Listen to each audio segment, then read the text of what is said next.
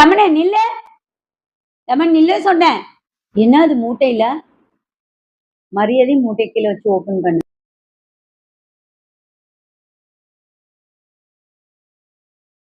ஏய், என் பொண்ணோட teddy bear எடுத்துட்டு எங்கடா போற? அது வேற ஒண்ணும் இல்லம்மா. தமிழ்நாட்டின் அடிமை கிரிக்கெட் லெமன் சார் வந்து வர வர ரொம்ப ட்ரெண்ட் ஆகிட்டே போறாரா. காஸ்டிங் ரொம்ப தட்டுப்பாடா இருக்குமா. அதனால கொண்டு போய் செகண்ட் சேல் எடுக்கலாம்னு எடுத்துட்டு இருக்கேன்.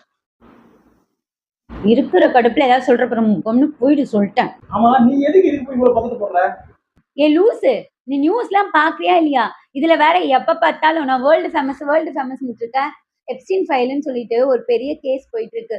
ஃபாரின் கண்ட்ரியில ஏகப்பட்ட குழந்தைங்கள நரபலி கொடுத்து சாப்பிட்டுருக்காங்க.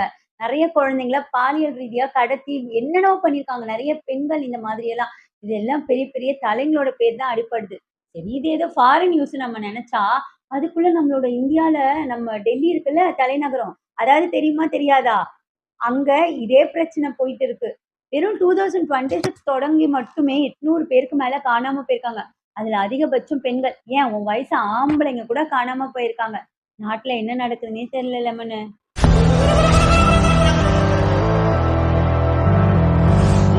எதுக்கு அழுகுற?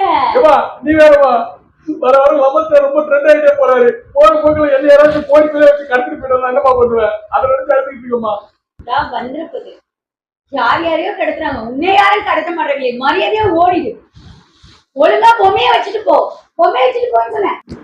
மக்களே, இது வந்து கண்டென்ட்டுக்காகன்னு இல்லை.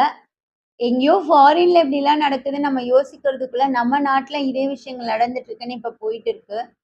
ஸோ நம்ம குழந்தைங்களை நம்ம நல்லா தான் பார்த்துப்போம். ஆனா அதை விட பல மடங்கு இப்ப அவங்கள ரொம்ப பத்திரமா பார்த்துக்கணும். அதையும் விட நாமளே நல்லா பார்த்துக்கணும் அப்படிங்கிற ஒரு சூழ்நிலையில இப்ப நம்ம தள்ளப்பட்டிருக்கோம்.